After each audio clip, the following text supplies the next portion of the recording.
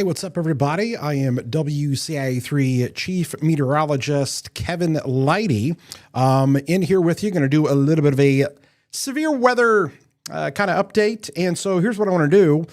As we get started here, I would love to hear from all of you.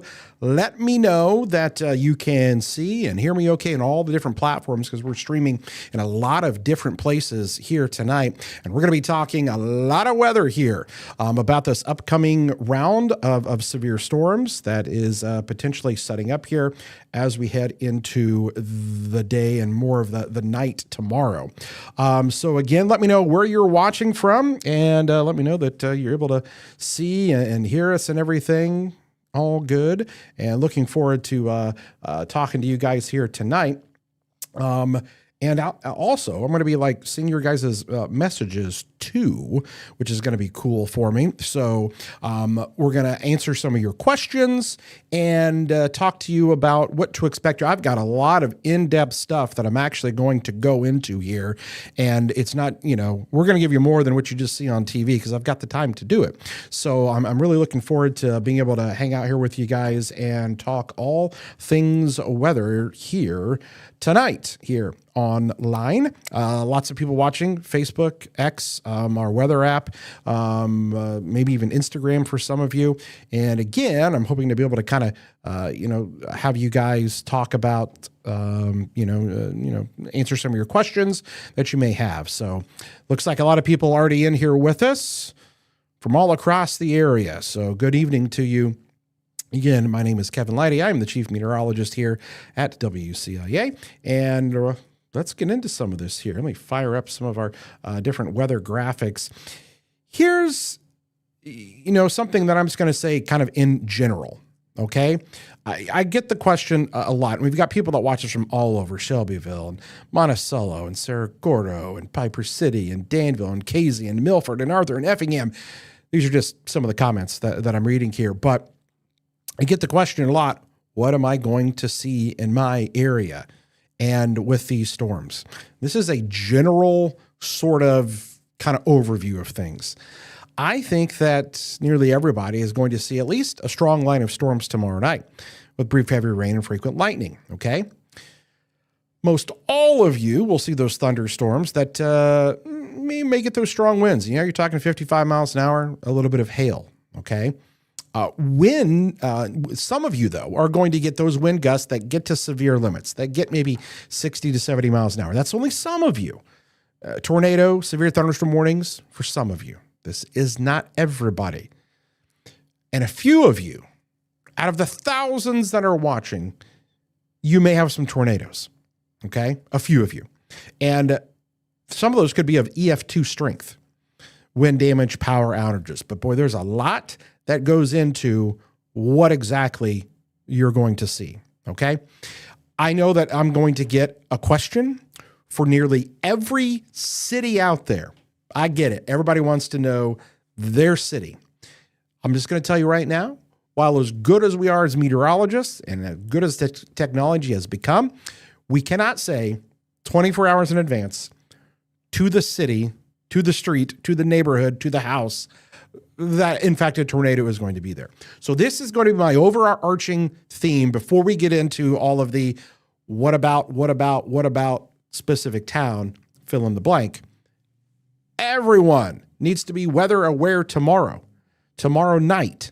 The severe weather threat is there for everyone, okay? So we can't get into specifics. Now I'm going to show some general areas that maybe have a slightly higher risk than others, and I'm going to show you those maps. But before we get into all of those questions in regards to that, I just wanted to throw that out there because I know that's going to be asked quite a few times. Okay, let's get into more of this here. So I'm going to be talking about a few different things here. First off, let's talk a little bit about the temperatures here for tomorrow. It is going to warm up quite a bit. We're going to be somewhere in those mid and upper 70s tomorrow during the day, maybe some lower 80s, and that is going to set the stage for that severe weather threat. The $1 million question all has to do with, or two questions, has to do with the warm front and the cap, okay? The warm front and the cap, and that's what we're going to be talking about here. Strong thunderstorms, severe weather, they need a few things. They're going to need moisture, and they're going to need that instability, and they're going to need, some type of lifting mechanism, and they're going to need that wind shear, okay? So we've got a little bit of everything for tomorrow. Temperatures are there, but the question is, where does that warm front set up? That's number one. Now, we're going to have a lot of instability, and basically that's storm fuel, we call it. It's measured in CAPE, convective available potential energy, and look at the graphic here that is going to show that increasing instability through the day. And what you're going to look for here are going to be those areas maybe where some of that red is. But here's the thing. It's sufficient enough. You don't need a ton of CAPE if you've got a lot of shear. They kind of balance each other out. So here's what we've got, okay? When you get that shear, or I should say that instability really increasing, look how that red color pools up there, kind of from Peoria to Quincy. That's a lot of instability there at 5, 6 o'clock. Now, notice some of the other colors, we've got some lighter yellows and oranges. So not as much, as you get south of I-72, but man, that area there, Peoria, close to Springfield, Bloomington, that area there, a lot of energy for those storms to feed off of. But notice as you work your way later into the night, you lose the instability. Now, there's still sufficient instability there that can still bring storms overnight, 10, 11 o'clock. But the threat for maybe tornadoes or strong tornadoes wanes overnight when you lose some of that instability. And look at that, by 4 o'clock, all of it's pretty much gone. So super high instability. Now, just because you have instability doesn't mean you're going to have storms fire off. You've got to have something to lift that parcel of air and, break through the cap, which we're going to talk about here in a little bit more. In general, though, the severe weather risk area that you have here is a enhanced risk. Okay, it's an enhanced risk here, and there's this sliver that cuts right through parts of central Illinois. You're going to have that area there from roughly Danville back to Champaign, Decatur, Springfield, points to the north. That's where I think tomorrow night we have the highest threat for tornadoes. That's your tornado area with the initial supercells that form along the warm front. Again, warm front, a key thing here. When we look at some of the threats here, we're talking about tornadoes, a medium threat there. Everything is conditional, though, based upon if we can get those supercells to form. And we're going to talk about the cap and all of that in greater detail here in just a second, and let you guys kind of understand what some of the limiting factors are and how that kind of plays out. We think we're going to have some winds there, and then the hail component could be pretty decent as well, which we'll talk more about here in a second. So here's your tornado risk. We kind of do a scale here. We do a 1 to 10, 1 lowest, 10 highest, and right about a 6, okay? And we use those numbers usually in those enhanced risk areas. It's right about a 6 in those areas there where the orange color is. Now, the reason why, it drops off from 6 to 5 to 2, because we think that the warm front definitely makes it probably up to I-74, I-72 at the minimum, but it could go a little bit more to the north of that. So there's that question mark, and a difference of 50, 75 miles can make a big difference because it is along the warm front where you get the most convergence, you get more of that rotation, you get backed winds at the surface, and those winds changing with height as you kind of go up, and you got that shear component. I'm going to show you a parameter here known as the significant tornado parameter. And this is one of the things that we look at here. And this kind of combines instability and wind shear together and allows us to sort of kind of gauge just how much of that energy and instability and wind shear are together. Okay, guys? So let's break this down, and we're going to show it to you. And the higher this number goes, again, it's called STP, the better the chances are for potential tornadoes. And let me just, there we go. And we're just going to kind of move this along. Notice the clock that's going to be up there. So just because you have, some STP doesn't mean you're going to absolutely have tornadoes, but you're going to notice here on these colors here in just a second. Tomorrow afternoon, they start to go up. Look at Peoria. It'll be kind of tough to see. You've got, and I'll just go ahead and take it full so you can maybe can see this a little bit better. Peoria, Champaign, Jacksonville, St. Louis, and Effingham, they're labeled. Look at that area where that red starts to come in, and that's up there near Peoria. Ooh, now we're getting into the pinks. Now those STPs are at, 4, 5, 6, 7, right around that 7 p.m. time frame. Basically, it means if storms get going, you're going to have a pretty decent chance that those storms will go tornado. They're along the warm front, and that is an area that storms can rotate. So the question is, where is that maximized instability and shear along the warm front tomorrow night? Okay, that's one component that we're looking at here, and it is centered up there. You can see those pinks and reds there. You're up there into Livingston, McLean County, Ford County, over there towards obviously Peoria there, and that's just out of our market area that we kind of cover. But that STP means, means like it's a good parameter to kind of use, but it kind of shows how that area is maximized during the evening. Now watch what happens the later we get into the night. Okay, that STP goes down a little bit, but still is there with the squall line that comes through. It's obviously not as high. So you still may have, tornadoes, embedded tornadoes on a squall line there. But it's that initial, like almost 3 hour window there. And I'm going to kind of roughly be like, 5 to like 8 o'clock or maybe a 6 to 9 o'clock where you're going to have that area right there across our northern counties where maybe you get that severe and tornadic threat. I hope some of that makes some sense there. And then again, everything kind of falls off. So again, we've got the enhanced risk here. That's the 3 out of 5. And I have already received this question a number of times. And let me try to answer it. And the question is, and I'm sure it's probably, in here at some point, somebody's probably already asked it. It was, could we go to the moderate risk? Could we go to the 4 out of 5? It's possible. You're going to see that, the Storm Prediction Center, who basically makes those severe weather outlooks, they may do that. Now, they haven't said for sure, hey, this may warrant a moderate. It's all very dependent. And, maybe that comes with better model data, more agreement that comes in later tomorrow, which we're going to show you some of those models here in just a bit. But for right now, we're at the enhanced risk, which is still good. You're going to have numerous storms.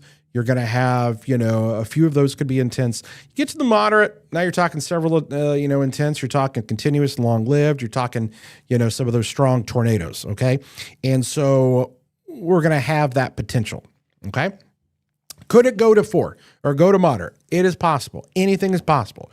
Could it go down? Yes, anything is possible. And that's the kind of the big thing, the takeaway from this is, you can't rule anything out. Any of these storms are going to have that potential to be severe. The forecast can evolve and can change, so we have to kind of keep that in mind.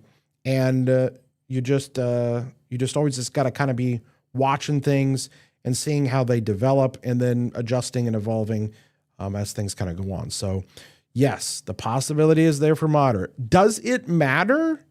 I often, I kind of throw that out there. Does it matter?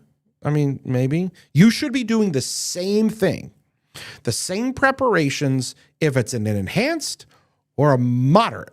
Both of them mean you could have tornadoes. So what are you going to do different? I would take them both seriously. So, it's kind of, I don't want to say it's whatever, but you should be preparing in the same kind of way, even if it's a 3 or a 4. Okay. So there we go with that. We'll see what happens. The Storm Prediction Center update will come at 1 a.m. Tonight, and we'll see what they do. All right, just a little bit more on the hail size here. We could have some pretty decent hail. We think that's also going to be with those initial supercells that form. That's going to be when you get the storms that get going right on the onset. 6, 7, 8 o'clock again. Okay. right when those are discrete by themselves, those are the ones that can make the large hail, and that could be up to tennis ball size hail. Wind gusts here, again with the squall line, maybe you get to that 60 mile an hour, 70 mile an hour wind gust, and won't rule that out. Here's the key thing again, it's the position of the warm front. Where's the warm front going to set up? Is it going to go a little bit more to the north? Is it going to be up there? So that's kind of what we're trying to nail down, is exactly where the warm front is going to be. And so we've got to, that's a mesoscale thing. That's something that is, really kind of analyzed the day of. And sometimes it does meander a little bit. Maybe sometimes it drifts back down to the south, but it is along the warm front where those storms will maximize their rotational potential and where that tornado threat does exist. Okay. All right. So let's get into more of some of the timing of the storms. Then I'll show you some of the data here. So let me just kind of break it down like this. So tomorrow, 1, 2, 3, 4, 5 o'clock, probably not going to see anything. There's going to be a cap on the atmosphere. It's going to limit storms from forming because some of the better lift is going to be out to the west a little bit. But I think things may start to get going there after 6 o'clock, maybe more into that 7, 8, 9 o'clock time frame. That's where it's possible those storms could get going there. And if they break the cap, then they're instantly probably going to go tornadic, and that's obviously going to be an issue. There may be actually a better chance. Now, again, this is more of a timing on, possible, likely, most likely. To be honest with you, the most likely chance is when the cold front comes through and it forces that lift and you get the storms to fire ahead of the cold front. And that's probably going to come later into the night. So 11 o'clock, midnight, 1, 2 a.m. That's the most likely. But where could you have the tornadoes be the highest, the higher threat? That's going to be more into that 7, 8, 9, 10 o'clock time frame when those discrete supercells get going. So it's kind of twofold there. And it's a high tornado threat at the onset and early on, and then maybe we transition to more of a wind damage threat and maybe some embedded QLCS tornadoes, little spin-ups along the line as it comes through. All right, so I'm going to preface this. So there is new model data that's going to come out during this live stream. Let me just double check. And I'm going to show you guys that when it comes out. It's starting to come in here as we speak. And I'm going to share that with you when it's fully finished. I will tell you there has been some trending to the north a little bit on some of these storms. But this was some of the data a little bit earlier showing storms here for tomorrow. Notice you just get, some of these showers here going. But what's going to happen is an explosion of storms. Whenever it happens and wherever it happens, you're going to have the radar where it may look like this at 6 o'clock. Not much going on. And then kaboom, explosion, cap breaking, storms erupting, and then the cells kind of make their way off there to the north and east. And these initial ones at 6, 7, 8, 9 o'clock, we're going to have to watch those for that potential of the tornado threat. That's maximized right there. Then you get the little squall line that comes through pretty late with the cold front. So it could come in two different waves. A scenario that could also happen if these storms don't fire off, if the cap holds and they don't get going, you may not have much of that first round, okay? And then you just kind of wait for the cold front to come through and bring the storms. That's what we have to figure out. So let me talk about severe risk and confidence. We have an elevated impact for severe weather, but the confidence in timing and exact placement is only medium, okay? We like it when the confidence is high. So we really know that, there's an elevated threat for severe storms, but we're not quite high on the confidence just yet. So we're having to kind of wait and see as new model data comes in. So there's severe risk and confidence. Now, I want to talk a little bit about this cap thing that you may have heard of. Okay. And this graphic maybe is, gets a little complicated here, but we're going to try to talk about it. So during the day, the sun is out and it heats things up, right? And I've got a couple different graphics to kind of show this and what you're looking at here. And I'm going to take this full. You have basically temperature profile. You go up with the temperature profile as you get up, higher up in the atmosphere, things to cool off. But sometimes there can be some warm air aloft, right? And what that is, that pretty much limits storms from forming. As the day heats up, warm updrafts form and they start to rise. Okay, so that's what you're looking at here. So there goes that air rising. And as long as the temperature keeps falling with height, air will continue to rise. As it gets colder, air goes up. But if it hits that little warm air aloft, it is going to stop lifting so that you don't get the storms to form. So that is called a capped atmosphere. You need something to break through that cap, right? Okay. Let me move this along even more. And it gets a little busy on the graphic here. So there's your warm air. If the updraft hits that layer of warmer air, it is unable to continue upwards to form that larger cloud. You get those tall clouds. They need to, grow in height and, get up to, 30,000 feet and, really, kind of have their potential to become severe. So there you go. Capped. Uncapped, though, is when that parcel of air continues to rise if there's sufficient heating, okay? Or there's an area where maybe the cap is a little bit weaker and then storms form. The cap is broken and those storms can really get going. So that's kind of one way to look at it. The other way, and I like to explain it this way. So if you have a bottle of Coke, right? Think of the Coke that's in there. That is the energy, the instability, the storm fuel. And on that warm day, if you take the bottle of Coke and you shake it up, okay, nothing happens, right? You shake it up, it's just there.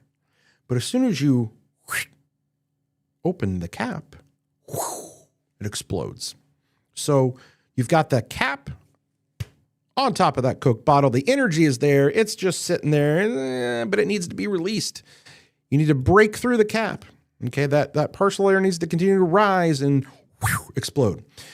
And that's where storms will go wild in 30 minutes. You'll have nothing, and then boom, all of a sudden that storm goes. So that is my analogy when we talk about the cap on the atmosphere.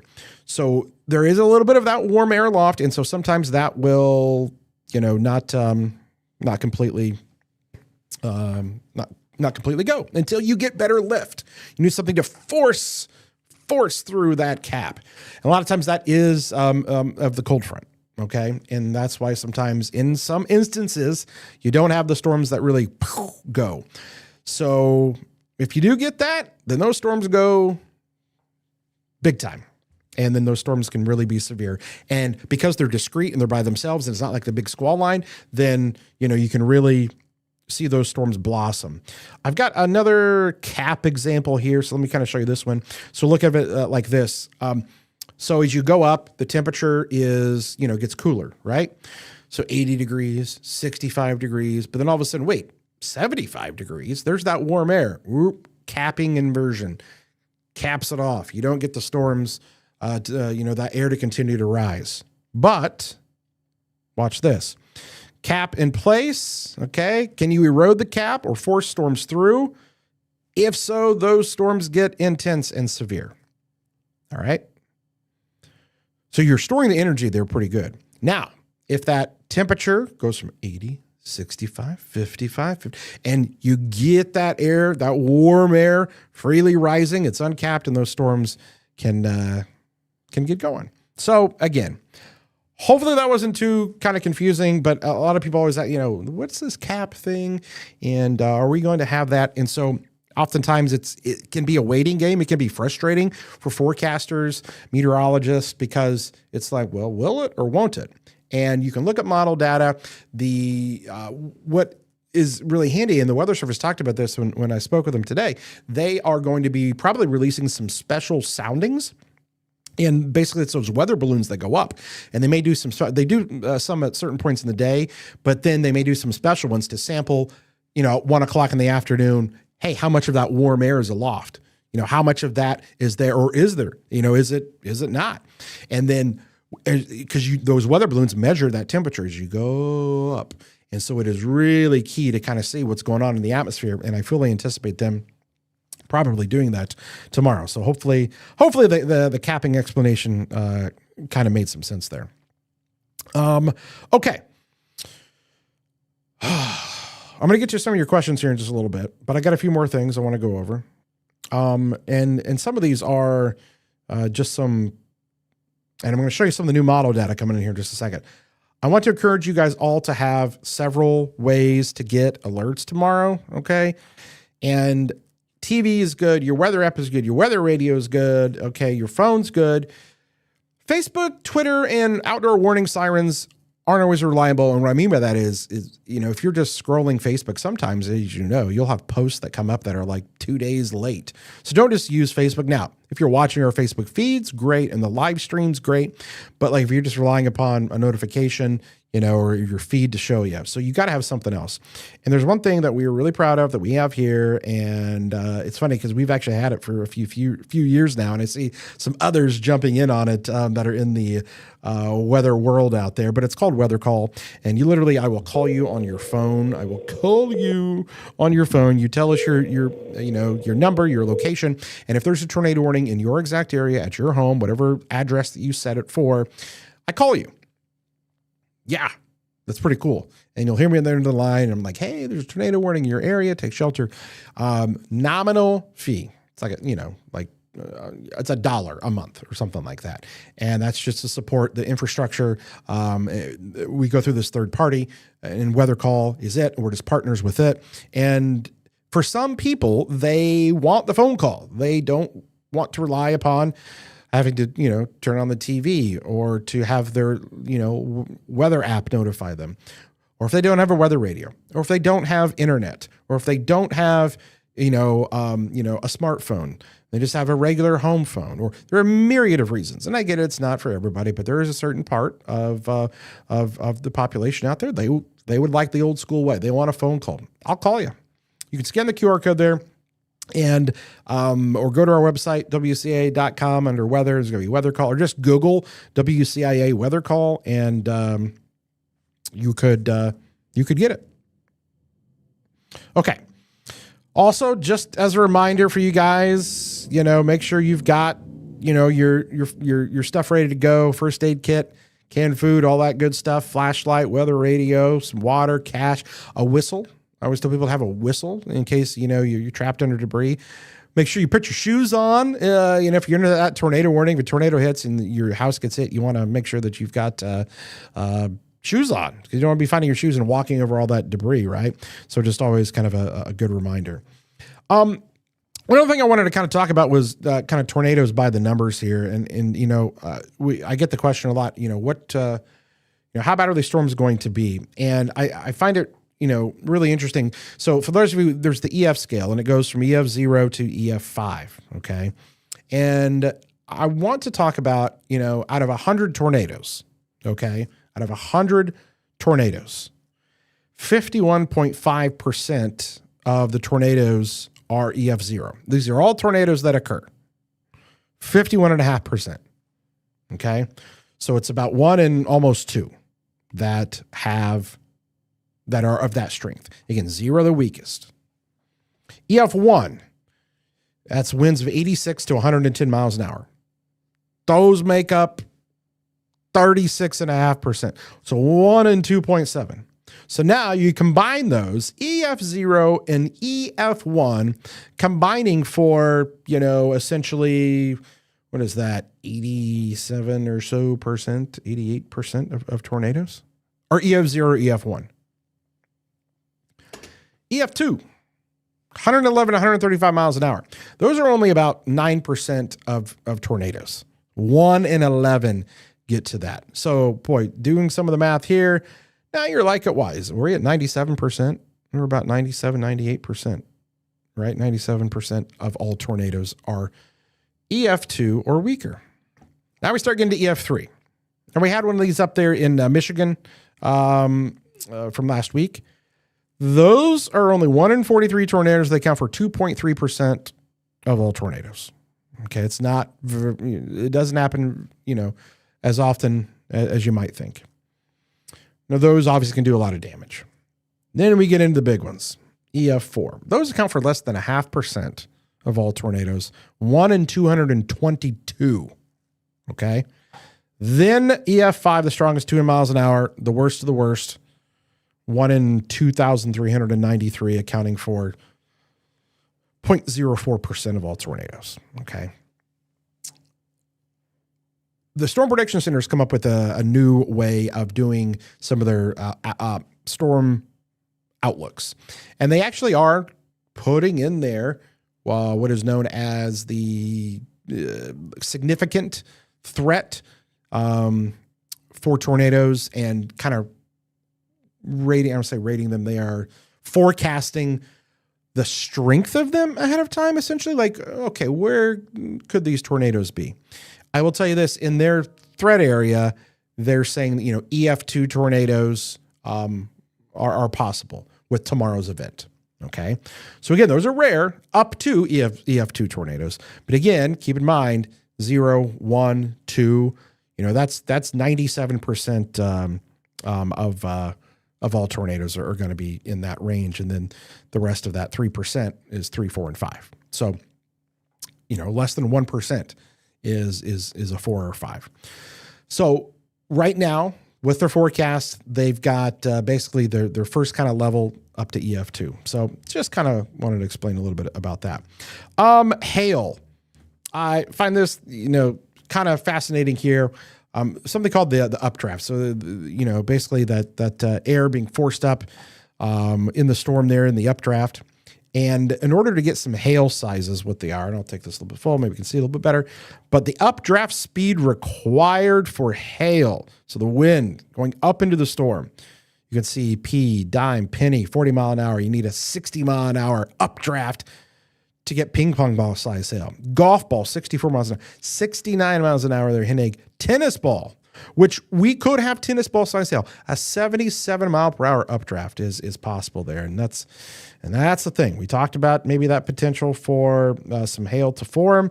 That's how fast that updraft speed's got to be to get things going. And again, here's your hail sizes. All right. And this is important for you guys when you guys are helping us out.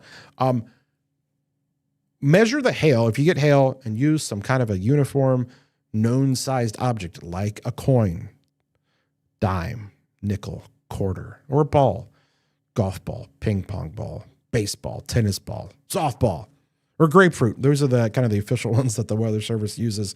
We may have up to 2.5 inch size hail tomorrow, tennis ball size hail. Not everybody's going to get that, but that's definitely going to be a possibility. I'm going to get to you guys' questions here in a little bit. I just want to go over a couple more graphics here about tornado safety and things here on where to go.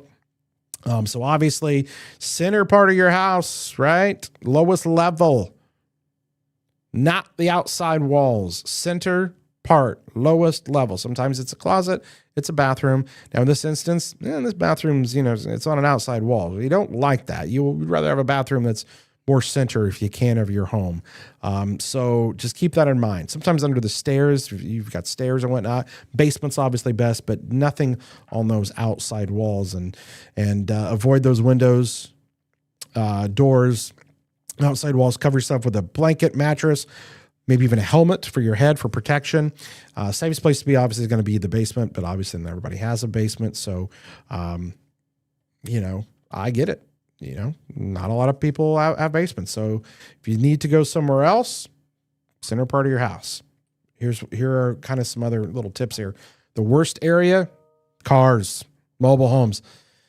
Under a highway overpass, don't park underneath those. Large or open rooms, still pretty bad. Near an outside wall or manufactured housing, Nope. Great places. Interior room, center part of your house, bathroom, no windows. Obviously, best place, tornado shelter or safe room. And just kind of something else. You know, a lot of people live in an apartment, right? Especially on campus, kids over there on campus, the U of I, and other, Eastern and things like that. You want to be on the lowest level. Move inward, okay? Put as many walls between you and the outside as possible. Lowest level, bottom floor, sometimes like the laundry rooms are down there, okay? Below ground obviously is best, but you're not always going to have that. So, that's what you're looking at. Just some tornado safety stuff there. Okay, folks, I'm getting some new model data in. And so I'm going to be sharing some of that here with you guys here. Okay, in just a bit. I'm waiting for it to fully come in. In the meantime, I'm going to try to pull up some of your guys' questions. And hang with me here because I'm trying to get this to work. And let me see if it will work. Okay. So we've got a bunch of questions here that are kind of popping up. And let me try to answer some of those that are just coming into us here.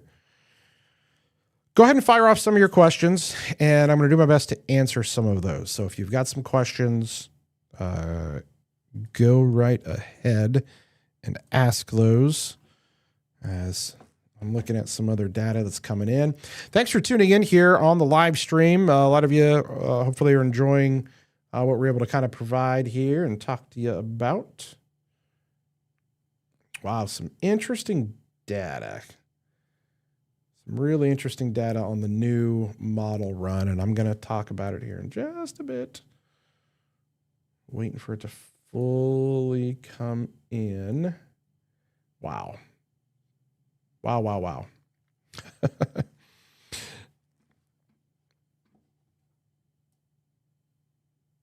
Sorry, guys. I'm literally analyzing and looking at this with you guys right now. Ooh. All right, man. Those could be some intense storms tomorrow. All right, here we go. Let me kind of roll back some of your guys' questions here. All right.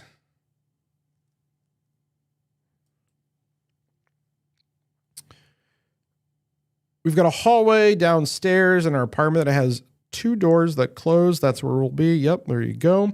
So the worst of the storms are to be up north. Yes, the worst of the storms are going to be mainly north of the area. Okay, so not so much in Effingham or Beecher City. That's Katie's question there.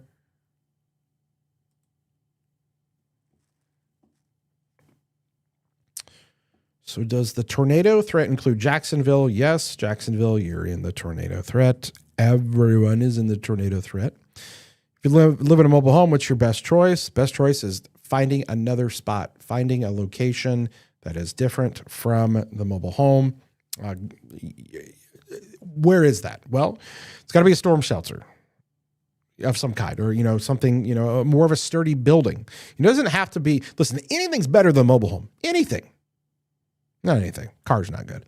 But like any building, okay, that you can get into that's anchored down to the ground. All right. Spent the day putting all my important papers into my filing cabinet. Took the filing cabinet to the basement. There you go. It's going to be more overnight in the Charleston area. Yeah, probably more overnight for Charleston as that second line comes through. Could the storms fail to fire if the cap is too strong? Yep, that's always a possibility. The storms could fail to go. But as I'm looking at some of the new model data, it's definitely showing that, those storms are probably going to be able to get going. Laundry room's nearly underground, just like our whole downstairs, except it's the only area down there without windows. So you're good down there. I wish I could get weather call, but I don't know if I can. You can get weather call anywhere, Sheridan. Do you think SPC will use a high risk? I do not think SPC will use a high risk. Where do you think the worst of the storms will hit? I'm in Livingston County. Yeah, Aaron, I'd be watching up there in Livingston County. I'm just going to tell you right now, I think that area could be in the thick of it.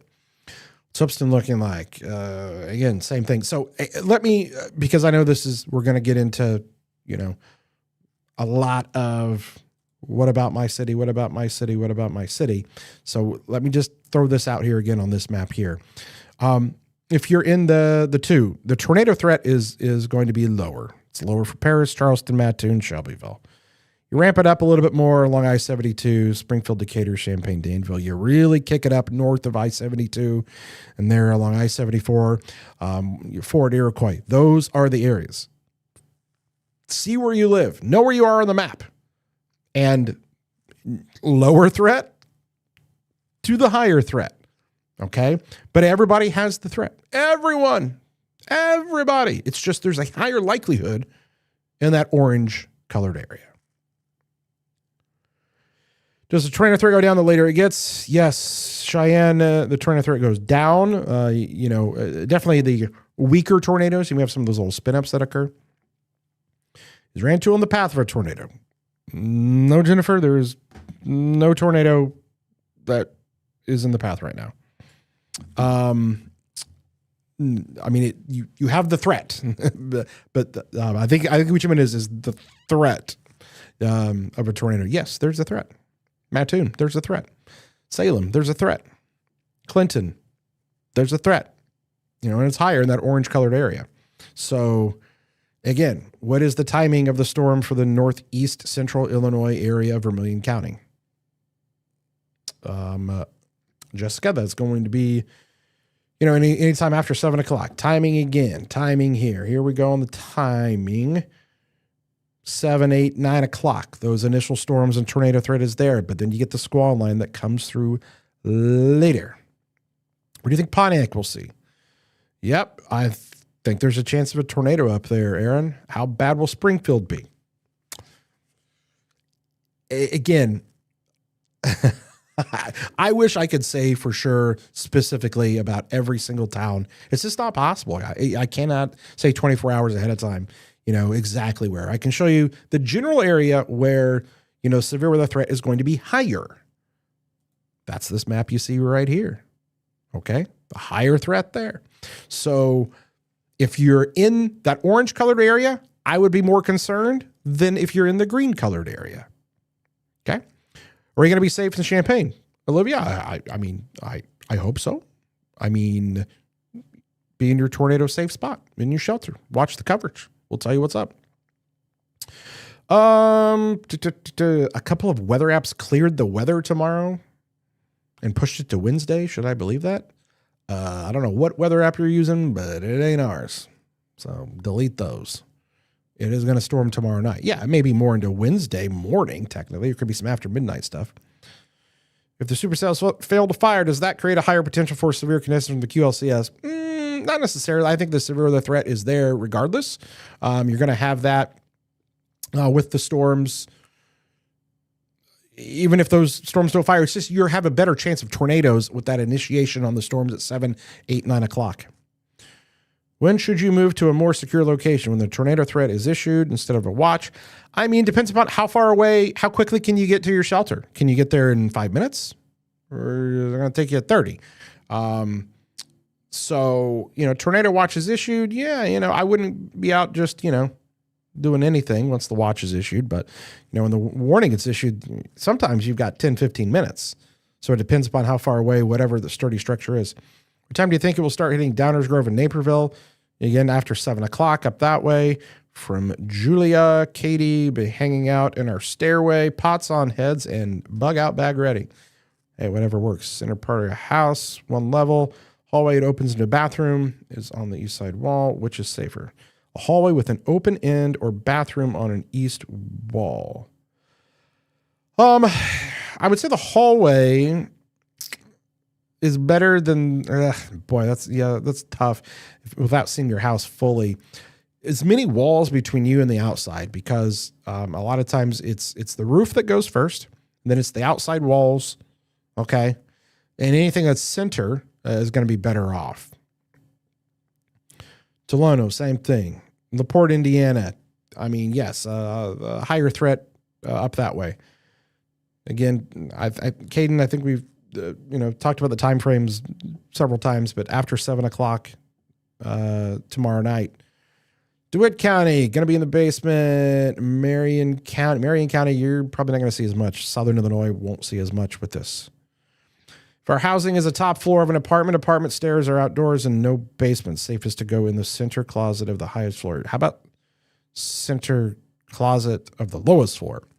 Low floor, low floor, low floor. Patrick, low floor. Meteorologist to follow that covers McDonough County. Is that, I don't know. Is that Peoria's area? I'm not sure. Maybe somebody else can chime in. Yes, you missed the time it's supposed to start, Lori. Where have you been? Where have you been, Lori? All right, here you go. After probably more like 7 o'clock. Okay. There could be some earlier stuff. I'm just looking at some new model data. So yeah, and that's what I'm going to show you guys here in a second after I get through some of your questions. I got some new model data that you're going to want to see. Where the wind's going to be like Central Ford County. I'd be on the lookout if you're in Ford, Iroquois County, up that area. Do the overnight storms pose any severe threat? They do. More of a wind damage threat, but a tornado is always possible.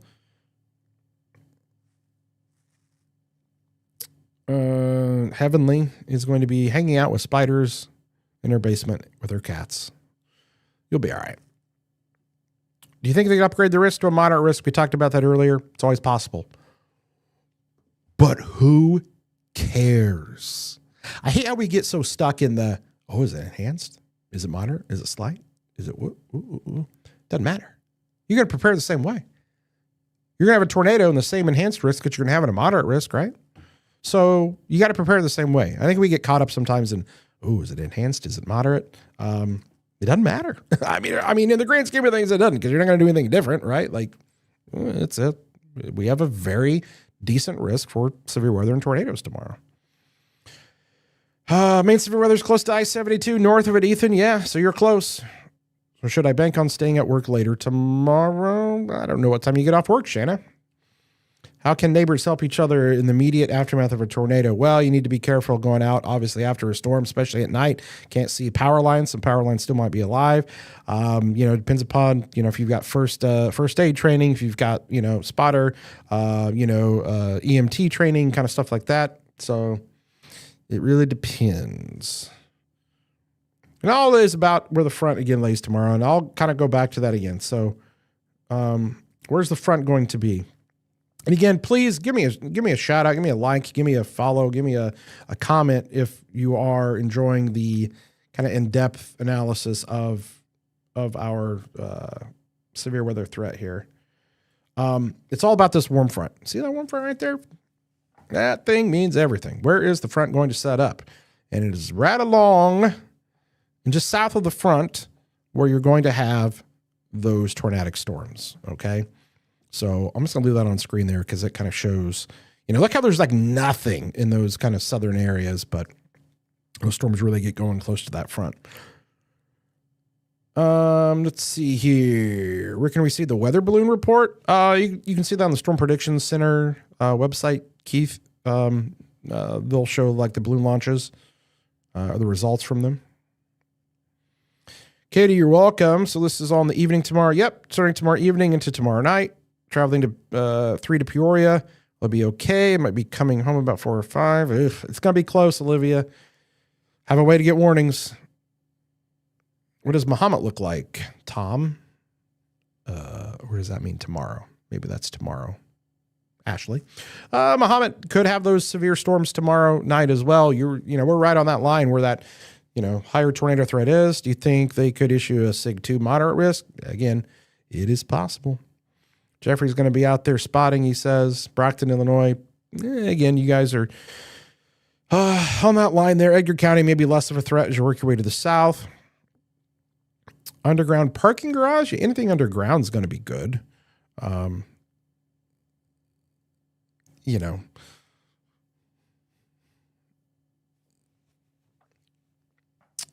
Parking garage is usually pretty good. Jacob is supposed to be in the storm tracker tomorrow. We have some technical things we are working out, but yes, hopefully he will be out there.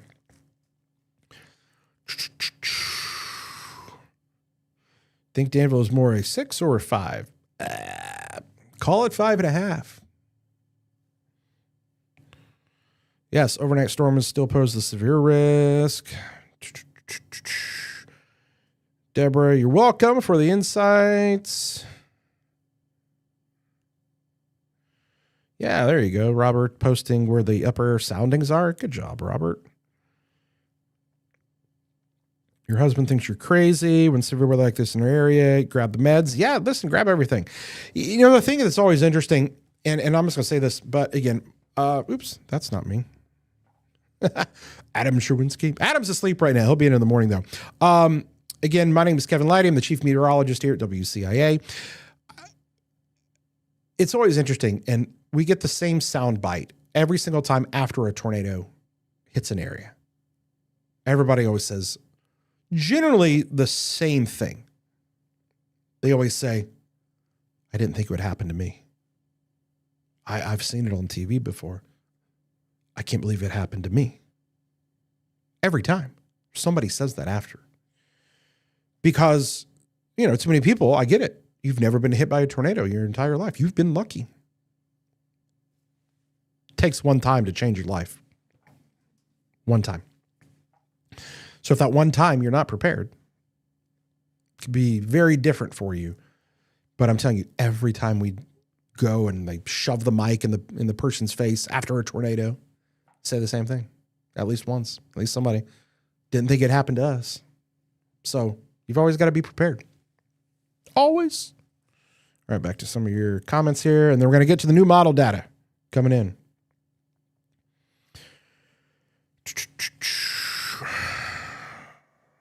Heather, you're welcome for preparing you. The risk does not matter. Look in Michigan the other day. Ethan, good point. 2% risk. They had a horrible tornado. EF3.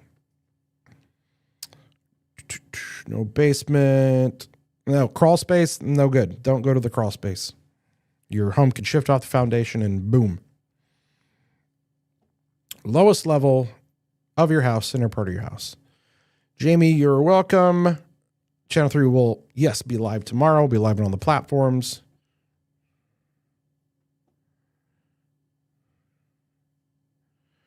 All right. It's not necessarily a stationary front. It may like briefly kind of like stall for, you know, a little bit. It's kind of meander. But I mean, it's generally a warm front.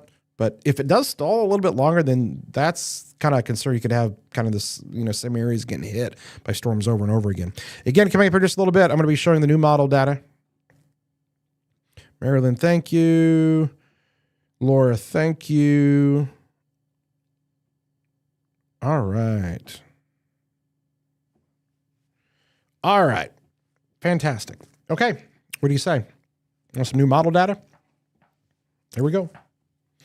This is new data coming into us here, and this is kind of interesting, and I'll try to explain it. And sorry, I'm kind of looking off to the side here for a second. Here we go. New model data. This is called the HRRR, or the HRRR, as some people call it. It's a high-res model that shows the storm development and the timing. So here we go.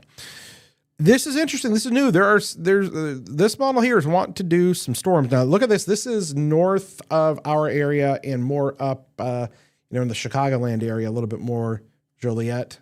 Okay. Look at those. Look at those cells going up. That's 4 o'clock. That's 4 p.m. That those storms are getting going there. 4 o'clock. All right, let me see if I can't. Dun, dun, dun, dun. Make that a little bit bigger. Let me see here. Stand by. Not really. Okay, well, good enough. You guys can see that pretty good, though. So look at those storms there to the north, 4 o'clock. And, man, I have a feeling that's going to be in a very highly sheared and instability maxed out area. I just want to look at something real quick. Oh, wait. Oops. Hold on, that didn't make any sense. Yeah, oh my goodness. If those storms get going in that environment, wow. Okay, all right. I'm going to come back over here. Do that. All right, so this is actually trying to fire off some storms a little bit earlier. Notice those up there. And there that goes up into northwest Indiana. That's just north of what we consider our viewing area here. So that's now 6 o'clock. So some early storm. Will that happen or not? I think that has to do with if that cap breaks or not. Okay. But then look what happens. Boom. Look at that between 6 and 7 o'clock. There were no storms, and then boom. Now these again placed a little bit more to the north. But now you're getting into Peoria, Pontiac, northern McLean County, northern Ford, northern Iroquois County for that potential. And any of those storms there could be tornadic. But notice that it's pretty far north, maybe just clipping our northern counties. Now, is that going to be exact? We'll see. So that's 10 o'clock, supercells, individual discrete cells. And they're kind of moving over the same. But there could be, I'm not going to lie, I'm a little concerned about the same areas that could be hit, one after another. It's like the same spots getting hit with multiple supercells. So we're going to have to watch that. Okay, that's 10 o'clock, 11 o'clock. Now we're starting to get, a little bit more of a southerly progression of some of those storms, and then some of those storms firing out to the west along the cold front, kind of coming in. Boy, these are really early in the morning. These are overnight. You're talking 3, 4 a.m. So that's the new model data. Look at those storms firing off there to the north. So here's what I want to stress. I'll tell you this, and I'm just going to pull this up. I'll do a couple things. We're going to look at surface instability, tons of that through the afternoon. If a storm gets going, notice the instability, how it falls off there to the north. That's where the warm front is. You maximize 3,000 Cape up that way. Boy, be on the lookout. Galesburg and Joliet and Kankakee, that area up there, if that's where it is. The STP we talked about, significant tornado perimeter. Look at those reds, purples up there. Just outside of our viewing area, but still maximized pretty good. So you're going to have that into all of the night there. So when even some of those other storms come through, they're going to have that tornadic potential. I have a feeling that this could turn into a long night for some, because this probably does come in a couple different waves. So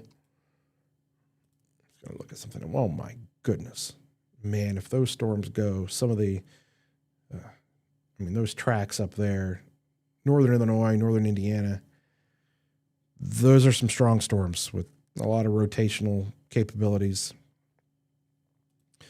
0 to 1 kilometer helicity. Basically, the spin in the atmosphere is maxed out up there. So some good components. So here is what I want you to take from this new model data coming in. Definitely across some of the northern counties.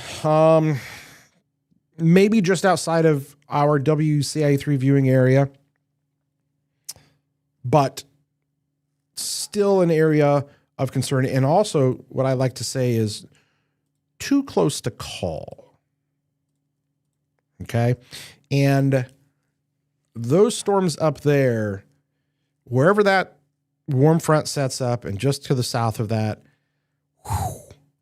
I got to tell you, those are some scary looking storms.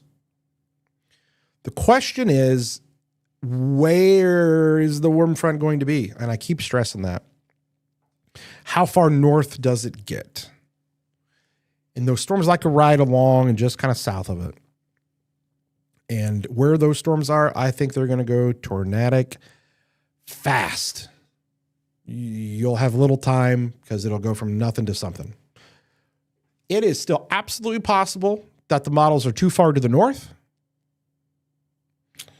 That's definitely a possibility.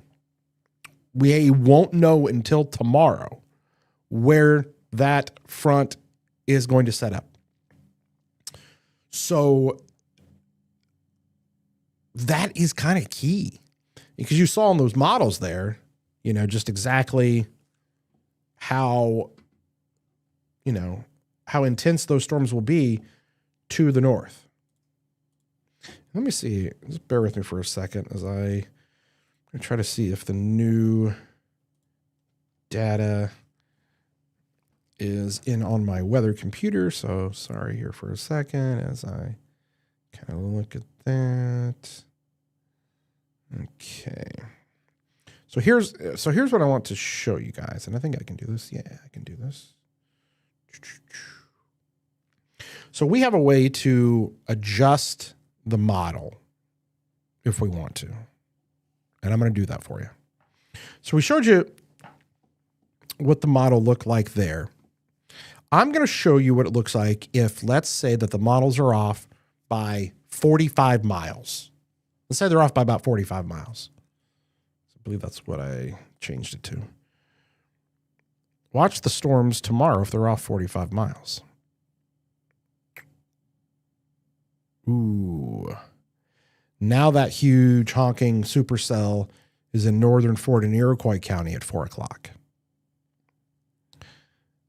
Then those other cells are firing off there near Bloomington and Pontiac down to Lincoln and coming into Champaign, DeWitt, Vermilion counties. Again, this is if the model's off by 45 miles, okay, to the south. Or if the warm front sets up a little more to the south. Then you've got those severe storms there.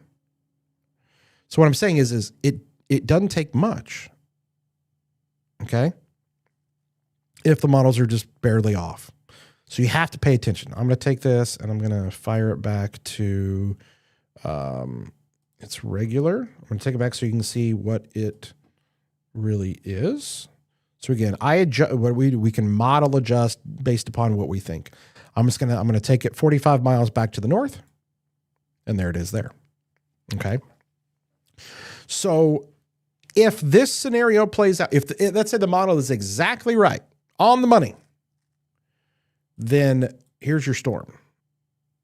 Just outside of our viewing area, north of Pontiac, more up there north of Kankakee, riding that I-80 corridor. Boom, there it goes. But then you get those other storms firing. Maybe those are clipping Livingston, McLean, Ford, and Iroquois northern counties. While nothing is going on down in Champaign, Danville, Decatur, Springfield, and all of that. Okay? But then you get that line of storms that comes in pretty late for everybody. Who's going to be right? What model is going to be right? Is this model perfect? Or, we'll do it again, we will adjust by 45 miles. 45 miles. That's not much in terms of model data. And boop, look where it is now. Okay? So this just goes to show that even slight alterations, slight tweaks could result in very different scenarios playing out in just a 45-mile area. Does that make sense, folks? Does that kind of help? I would say that, it won't get any more south than, usually the models aren't going to be completely off. They're going to be a pretty general idea, but could they be off 50 miles? Absolutely. So that's just something to kind of consider. And since that's not an exact kind of thing, you have to wait and kind of see. Okay. So where will the warm front be? Will the cap break? All of these are some great questions here. I hope that kind of made some sense. And as I kind of manipulated the things a little bit there, kind of shows you guys what we're looking at. How many different forecasts? I'm going to come back to some of your guys' questions. How many different forecast models? And let's see here. Where should we look at here? We're going to pull up. Let's pull this up because it's always a fun one. Back to your questions. Again, guys, it's a little bit after 9 o'clock. I'm going to be getting ready for the 10 o'clock newscast here in a little bit. How many different forecast models do you typically use in forecasting these events? Is there some models that are better than others in Illinois? We're all using pretty much the same models, but the NAM, the Triple R is, a model that we obviously are going to use because they're high-res models, okay? And kind of, tell us the best picture. Can get some granular details in those models. Yep, Alicia, training of cells.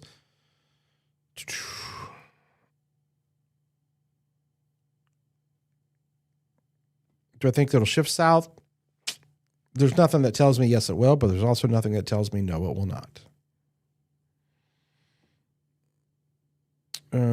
You're welcome, Sue. Second round of Storm Scott asking Springfield, Decatur, Champaign could be good through that first round as long as, again, those storms aren't firing up to the south. But that second round, yeah, I think there could be some little spin-up tornadoes in there and definitely a wind damage threat. All right, Deborah, excellent explanation. Thank you. Tasha, you are welcome. And you're welcome. Tornado in Ashcombe, Clifton area. Yeah, Nate, I would be on the lookout up that way. Yes, Austin, the second line could be tornadic. Again, guys, I hope you guys enjoy these kind of live things that we're trying to do a little bit, more of for you when it comes to severe weather. Again, those of you that don't know me, my name is Kevin Lighty. I'm the chief meteorologist here at WCIA, and been here at WCIA for, it'll be 9 years this summer. 9 years up in here with you guys. Been doing weather for 24 years.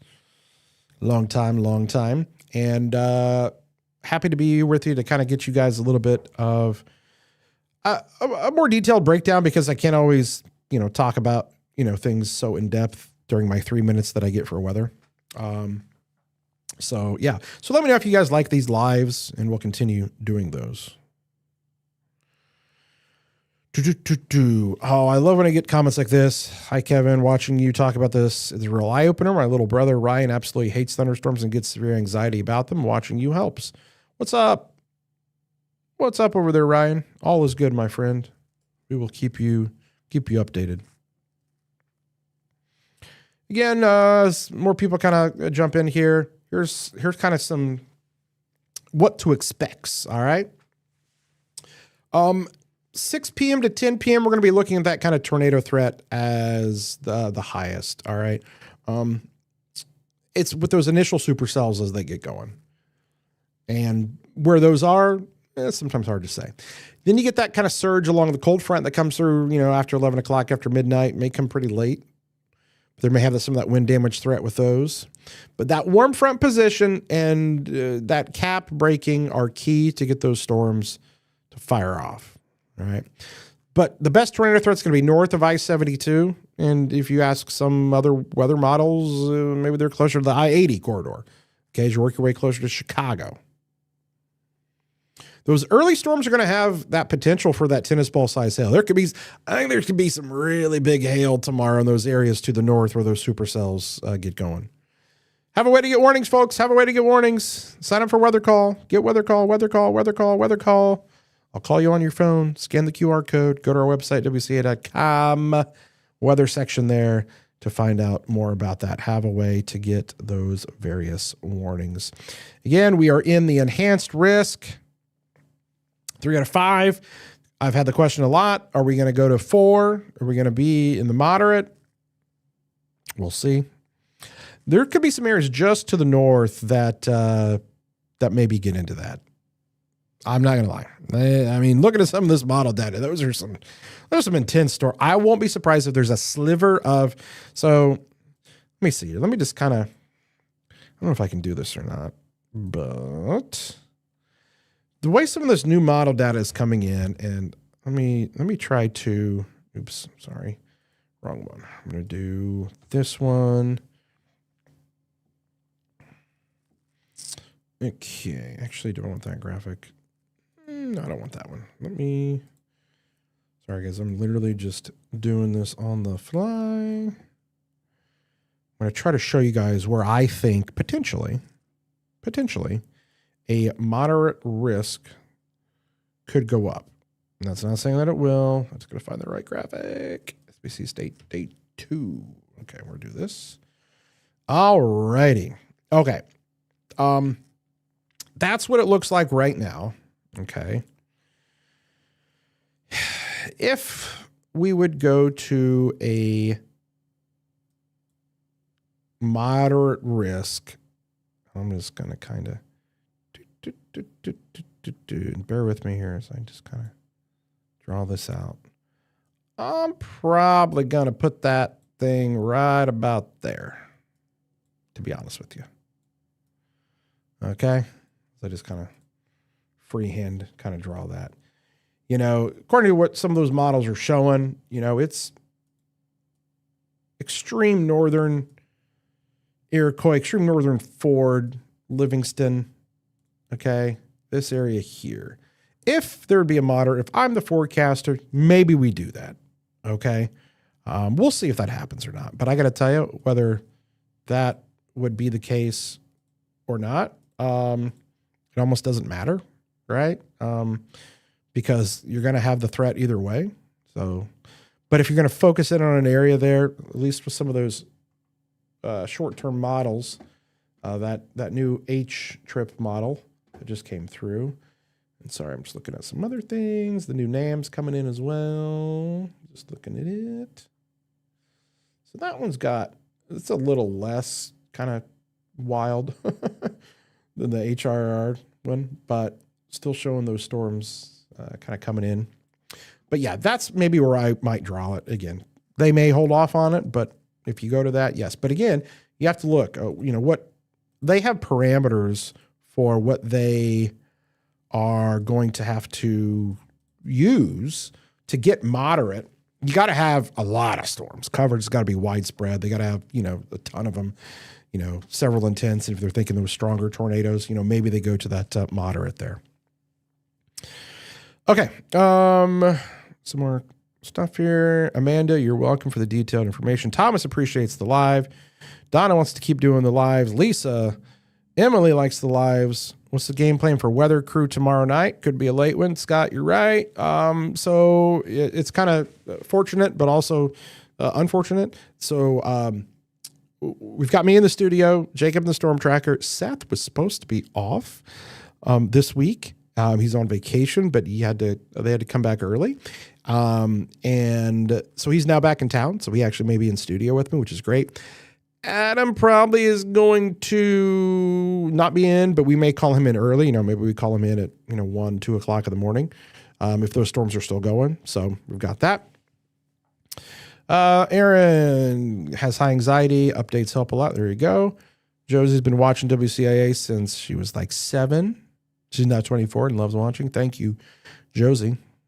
What a fun birth story for my second being induced tomorrow morning. Well, let's get that out of the way in the morning there. Paula loves live streams, help getting prepared. Drawing is better than hers. And yes, Ashley, please continue the lives. Can a lack of sunshine and daytime heating tomorrow change the storm outcome? Yeah, but I don't foresee a lack of heating tomorrow. We're going to get the storms.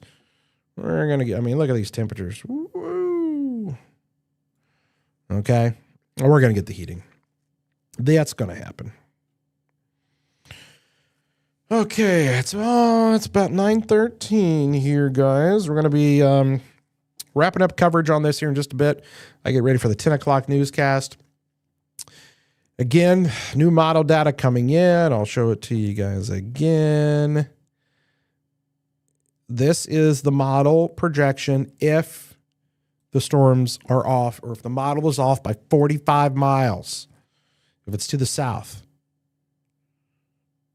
Storms could fire as early as 4 or 5 o'clock. Boom. Severe storms, 8, 9 o'clock. Okay. So again, that's me adjusting the model just to kind of show you guys what the difference could be. But I'll send it back to what the model is actually showing so we can, so we're not fudging it at all. Again, this model here wants to get those storms going early on. Maybe 4 or 5 o'clock, like one cell there. And then you get the real eruption there of some of those storms 7, 8 o'clock at night. But notice how they're kind of hugging our northern counties, just barely clipping some of our northern counties. So that's the question. Where exactly is the warm front going to be? Boom, 7, 8, 9 o'clock. You're not seeing much in Danville and Champaign if this model verifies, at least early on.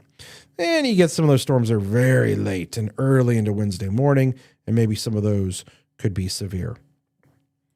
So once again, the tornadic threat area is basically in this orange area. And so this is taken into account the model being correct, but also the model maybe being off by 40 or 50 miles, which is why that orange color nudges its way into Northern Vermilion, Champaign, DeWitt counties. But that model, again, was showing those storms more up north of Livingston, Kankakee County, kind of up that way, right? You get up there, that I-80 corridor. Where will they end up? We don't know. We won't know for sure. But I would be definitely paying attention if you live in McLean, Livingston, Ford, Iroquois counties, okay? Especially the northern portions of that.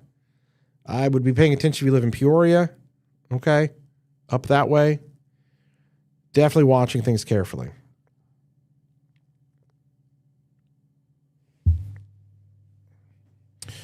Every room in my house has an outside wall. The only inner closet has a furnace in it. Praying hard the cap stays on and our viewing area is calm. Center part of your house. Center. Hopefully there's a closet. You got a closet at all? Center, you know?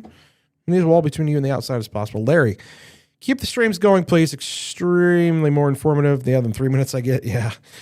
Do a great job. Thanks, Larry. I appreciate it, along with the whole team. You got it. Bloomington, Route 9, Danvers area. Yeah, I would be paying close attention up there. Ashley, you are welcome. Donna, you are welcome. And Alicia says, Reed Timmer's coming to Illinois to chase. Sad face. He's usually in the heart of it, I'll tell you that. He's probably going to be up there in that I-80 corridor with some of that stuff. Okay, guys, last few questions here, last few messages before I close it down. You can go back and watch this. When I end the live stream, you can go back and watch this again if you want to I answered a lot of the questions that maybe some of you have. Or you can just tune in at 10 o'clock and I'll kind of go into in-depth of all of that. Just a couple other things, some great ways to, send us messages and keep in contact. If you guys get pictures of damage or anything, weather at WCA.com, email, of course, the Facebook page, Twitter, X, whatever you want to call it. I don't think I've updated this graphic in a while. But you can send your pictures and all that good stuff our way or on the weather app. So just kind of jot that down. Don't forget to get a weather call. Sign up for weather call. I will call you on your phone. I will actually call you if there is severe weather. So sign up. Let's see. What else do I got? Again, just quickly on the timing.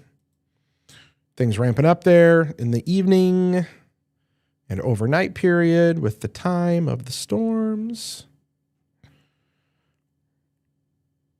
Again, maximized area of potential significant tornadic parameter. Look at this. Just to the north there, where kind of that red and purple color kind of comes in. And notice it is a little different than the one I showed you earlier. Maybe going just a little bit north. We're in the enhanced risk. Orange color area. Be on the lookout. Everybody's going to get some storms probably at some point and some lightning. Most all are going to have those storms that might have some strong winds and maybe some 55-mile-an-hour winds, maybe just below severe criteria. Some are going to get that severe criteria. Maybe there's tornado and severe thunderstorm warnings, 60, 70-mile-an-hour winds. And a few may have tornadoes.